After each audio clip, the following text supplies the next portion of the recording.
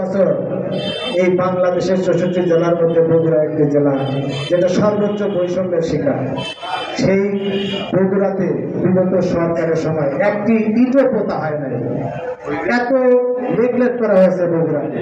সেই বগুড়ার উন্নয়নের সূচনা যিনি করেছেন, আমি যেটি যোগ দিতে চেয়েছিলাম সেটি হলো তাকে এখানে পাঠানো হয়েছে একটি নির্দিষ্ট এজেন্ডা নিয়ে এবং একটি নির্দিষ্ট সময় দেওয়া হয়েছে তাকে।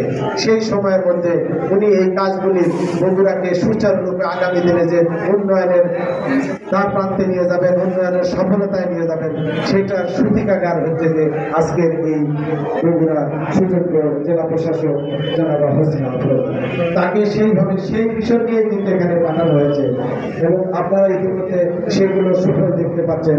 বগুড়ার করকা নদী থেকে শুরু করে সকল চিত্রে আপনি দেখতে পাচ্ছেন অনেক কিছু হয়েছে যেটা হওয়ার কথা ছিল না। তো এর জন্য অনুরোধ করছি বগুড়া সুযোগ্য জেলা প্রশাসক যুগ্ম সচিব জনাব হোসেন আফরোজ।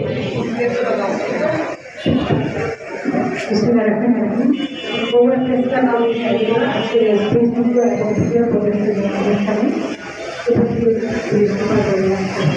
উপস্থিত আছেন আমাদের জামাতুল ইসলামের কেন্দ্রীয় কমিটির নির্বাহী সদস্য জেলা প্রতিনিধি সভাপতি এবং প্রেস ক্লাবের নেতৃবৃন্দ আসসালামু আলাইকুম। আজকে এই আলোচনা শুরু করে জুলাই গণ অভ্যুত্থানে যারা শহীদ হয়েছেন তাদের জন্য মানবাধিকার কামনা করছে এবং যারা আহত আছেন তাদের দ্রুত সুস্থতা কামনা করছে। আসলে জুলাই গণ অভ্যুত্থানটাকে সবাই জানেন যে ছাত্রদের একটি কোটা সংস্কার আন্দোলনকে কেন্দ্র করে শুরু হয়েছিল বৈষম্যবিরোধী ছাত্র আন্দোলন প্রার্থী।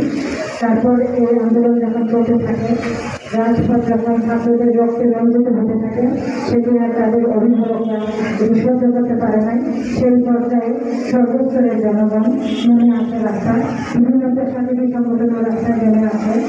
আপনারা দেখেছেন যে এই দিনগুলোতে বিশেষ করে অনেক